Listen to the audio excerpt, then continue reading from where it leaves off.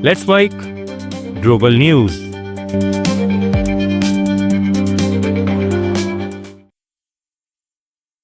नमस्कार, let's make global news में आपका स्वागत है। अमेरिकी राष्ट्रपति डोनाल्ड ट्रंप ने एक बार फिर से नोबेल पीस प्राइज का मुद्दा उठाया है। ट्रंप का कहना है कि अगर वे यूक्रेन युद्ध खत्म कर देते हैं तो उन्हें नोबेल पुरस्कार मिलना चाहिए। ट्रंप ने यह भी कहा कि उन्होंने जिन युद्धों को खत्म किया उसके लिए भी उन्हें शांति का पुरस्कार मिलना चाहिए था, हालांकि वे इसे लेकर लालची नहीं है। ट्रंप ने दावा किया कि इस साल जिस महिला को नोबेल शांति पुरस्कार मिला है उसने भी कहा कि ये पुरस्कार ट्रंप को मिलना चाहिए था। उन्होंने कहा है कि वे यूक्रेन में चल रहे युद्ध को खत्म करने को लेकर काफी आशावादी है। व्हाइट हाउस में हुई कैबिनेट बैठक में ट्रंप ने दावा किया कि वे पहले की 8 युद्ध खत्म कर चुके हैं और यूक्रेन का ये युद्ध उनका 9वां होगा। रूसी राष्ट्रपति व्लादिमीर पुतिन ने यूरोपीय देशों को कड़ी चेतावनी दी है। उन्होंने कहा कि अगर यूरोप ने रूस के खिलाफ युद्ध शुरू किया तो रूस पूरी तरह से जवाब देने के लिए तैयार है। पुतिन ने कहा कि रूस यूरोप से युद्ध नहीं चाहता, लेकिन अगर यूरोप युद्ध शुरू करता है तो मामला इतना जल्दी खत्म होगा कि बातचीत करने वाला कोई नहीं बचेगा। पुतिन ने दावा किया कि यूक्रेन में रूस पूरी तरह युद्ध नहीं लड़ रहा है, बल्कि सर्जिकल ऑपरेशन जैसे सीमित कार्रवाई कर रहा है। उन्होंने कहा कि अगर यूरोप के साथ सीधा युद्ध हुआ तो हालात अलग होंगे और रूस पूरी ताकत से जवाब देगा।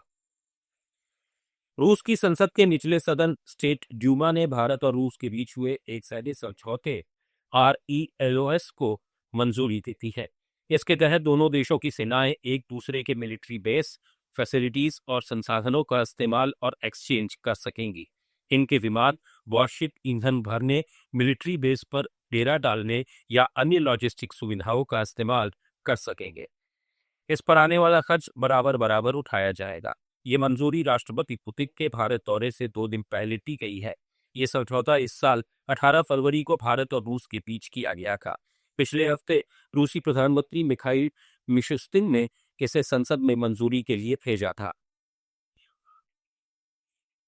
रूस में राष्ट्रपति पुतिन और अमेरिका के विशेष दूत स्टीव विटकॉफ और राष्ट्रपति ट्रंप के दामाद जेरेड कुशनर के बीच यूक्रेन युद्ध को लेकर 5 घंटे बैठक हुई। इतनी लंबी बैठक के बाद भी दोनों पक्ष किसी समझौते पर नहीं पहुंचे। पुतिन के foreign policy adviser Yuri Ushakov ने कहा कि बातचीत फायदेमंद रही, लेकिन अभी तक कोई ऐसा प्रस्ताव सामने नहीं आया जिस पर सहमति बन सके। पुतिन का साफ कहना है कि जब तक यूक्रेन रूस को दोनबास का इलाका नहीं सौंपेगा, कोई समझौता नहीं होगा। उशाकोव ने बताया कि पुतिन ने अमेरिकी शांति प्रस्ताव के कुछ हिस्सों से सहमति जताई, लेकिन कई बातों पर साफ तौर पर नापसंदगी दिखाई। उनके मुताबिक अभी कई मुद्दों पर और काम करना होगा।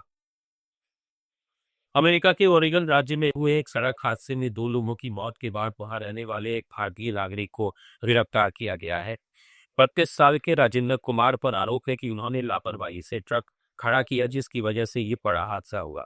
हादसा 24 नवंबर की रात हुआ जब राजेंद्र कुमार का बड़ा ट्रक हाईवे पर तेरछा खड़ा हो गया और दोनों लेन्स बंद हो गई।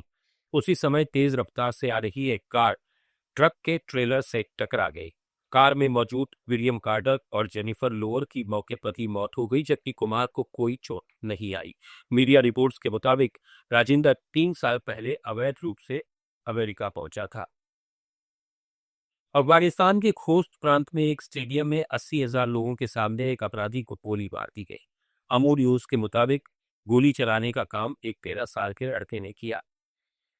जिस आदमी को 13 साल के लड़के ने मारा, उस पर आरोप था कि उसने उसके परिवार के 13 लोगों की हत्या की थी।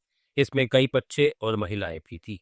फांसी से पहले तालिबान अधिकारियों ने उस 13 साल के बच्चे से पूछा कि क्या वो आरोपी को माफ करना चाहता है, तो बच्चे ने इनकार कर दिया। इसके बाद अधिकारी ने बच्चे को बंदूक देकर सामने खड़े शख्स पर गोली चलाने को कहा।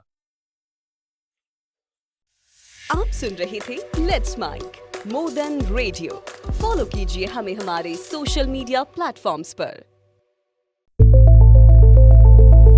It's time for news. It's time for more than radio. Presenting the first radio news app, Let's Mic.